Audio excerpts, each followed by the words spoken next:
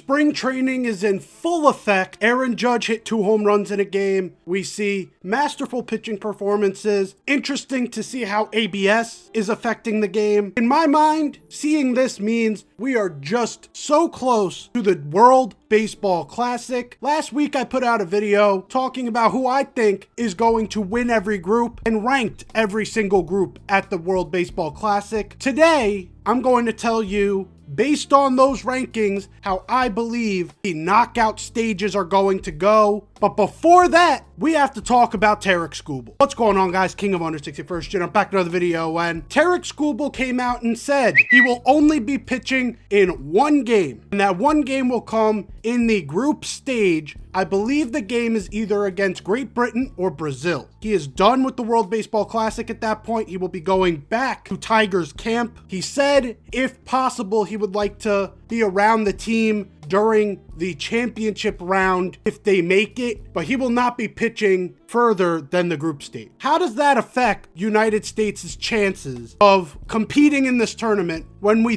thought we had 2 Cy Young Award winners in the same season pitching in the same rotation? It's tough because I understand where Tarik Skubal's coming from. Going into a contract year, just got a record amount of money, probably getting pressure from the Tigers, being like, don't hurt yourself here. You're really our only hope to make it far. And he answered to it. But if you're going to commit to your country and you're going to commit to playing in this tournament, in my mind, you should be all in or all out. I don't know how DeRosa's going to handle this. He may do nothing. He may just say, okay, that's fine. We get to rework our roster after the group stage, going into the knockout round. And then after every round after that, we'll make allocations. We'll do this. You could go and play in that game and we'll be fine. But there's also something in me that says DeRosa could make an example out of Skubal. Could say, look, if you're not committed to this, if you are not here to compete, if you are not here to play for Team USA and you're only here for the experience and the vibes and to pitch against some of the lower ranked teams in this tournament, then say, nah, I'm good, see you later, then we don't want you here. I doubt that's going to happen, but there is that possibility of him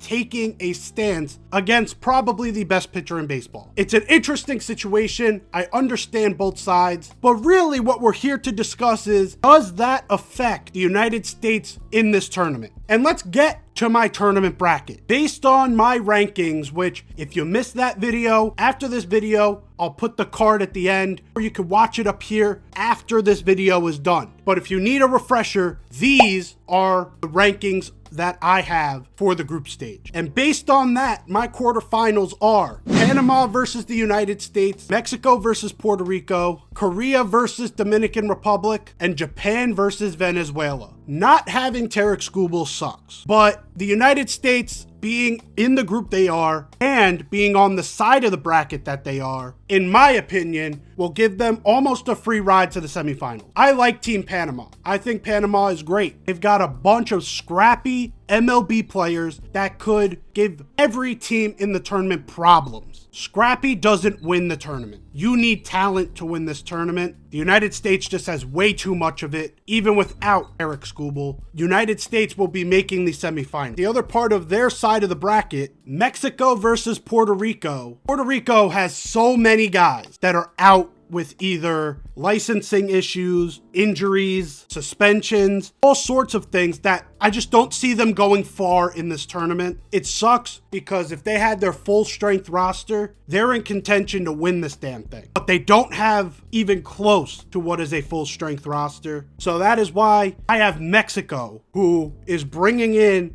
basically the same group as last time, adding Jarren Duran. Their team is just way too well-rounded for them not to move on in this spot. It sucks for Team Puerto Rico because their fans are incredible. They kinda got hoed by the Major League insurance system. On the other side, this is where I may get some boos here. There will be a game between Korea versus the Dominican Republic. Team Korea is a good team, but the Dominican Republic have an all-star team. I don't think this game will be very close whatsoever. Dominican Republic are moving on to the semifinals. Here is where I'm going to get some controversy. Japan versus Venezuela. Venezuela to me is the most underrated team in this tournament. All around the diamond, you have star after star after star after star. Ronald Acuna Jr., already looks hot in spring training. Jackson Chorio, Willie Abreu. Michael Garcia had a breakout year. Andres Jimenez, a gold glove defender and can swing the bat when he needs to. Gleyber Torres, stud second baseman. Wilson Contreras, getting older, but at the bottom of the order, he's going to provide some power. His brother, William Contreras, behind the plate, who is one of the best catchers in Major League Baseball, and the OG, Salvador Perez at DH. This team, to me, has a chance to upset everything in this tournament, and I think they do it right here. I think they beat Japan in a close game. Remember, Japan does not have Shohei pitching. Japan does not have Roki Sasaki, I believe. They are losing out on key players in key spots. Yes, their depth is unreal with players that are coming through the NPB or players who have just made it over to Major League Baseball. Their team is ridiculous. I don't know what the mindset is, seeing the fact that Shohei is comfortable not pitching, seeing the fact that other pitchers are not going to this tournament. And with Shohei not pitching in this tournament, their rotation is pretty thin. Yamamoto is a stud. He will be a great pitcher. If he's ready in this spot, it could be a long day for Venezuela. Past that, Yusei Kikuchi is all right. Then you get down to Tomoyuki Sugano, one of the worst pitchers in Major League Baseball last year. And Hirami Itai, I don't think we know much about him. And yes, Team Venezuela lost one of their better starters in Pablo Lopez. But going down their list, Eduardo Rodriguez, I trust him more than Tomoyuki Sugano. Ranger Suarez, I think in a do or die game, he may not be able to match Yamamoto. He'll be able to at least give that offense a chance to get into the Japanese bullpen. If the Venezuelan team can get into the bullpen against Yamamoto,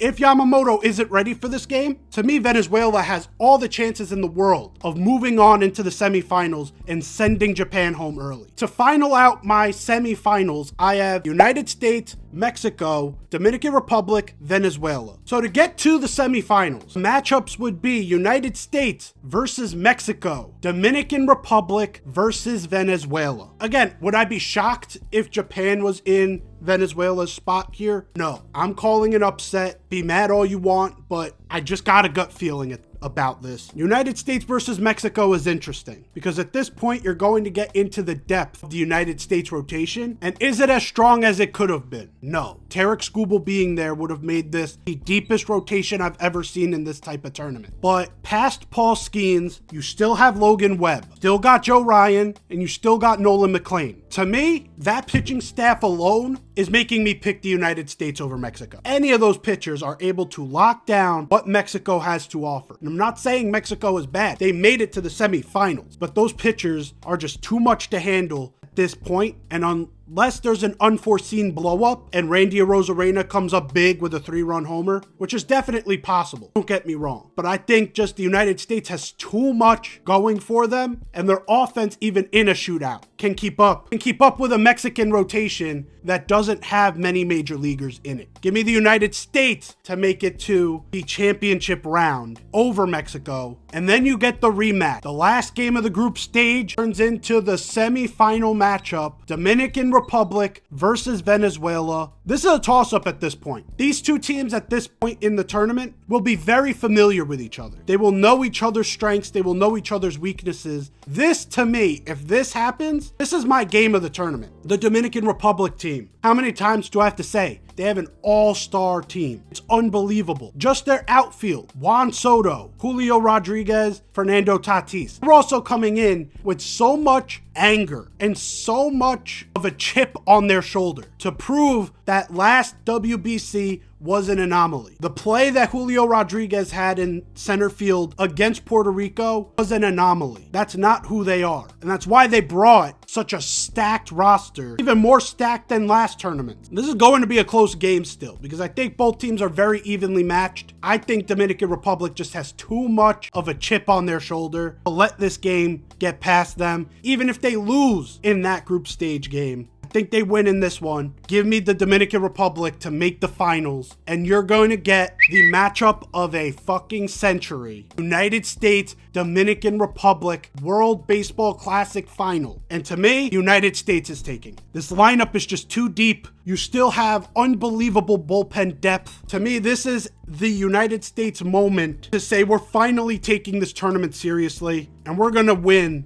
at our own sport. Would I be shocked if there is a world where the Dominican Republic just pounces on the starter? Vlad Guerrero Jr., Ketel Marte, Fernando Tatis, Juan Soto, they all hit bombs. And this becomes the shootout of a century, and the Dominican Republic lineup is just too much. I definitely could see that scenario. This is why baseball is the best. Anything could happen at any point. All these matchups are of the best in the world. I wouldn't be shocked if Venezuela made it in this spot and they win the whole damn thing. So this is why this tournament is so great. This is why we need this tournament. This is why baseball is the greatest sport in the world. Hopefully you guys enjoyed this video. If you did, leave a like down below and let me know, do you agree with me on these picks? Do you think Team Japan is just too much for Venezuela? Do you think Dominican Republic are going to go all the way? Let me know down below. Like the video if you enjoyed, subscribe if you're new. And until next time, I'm out of here. Take care and peace.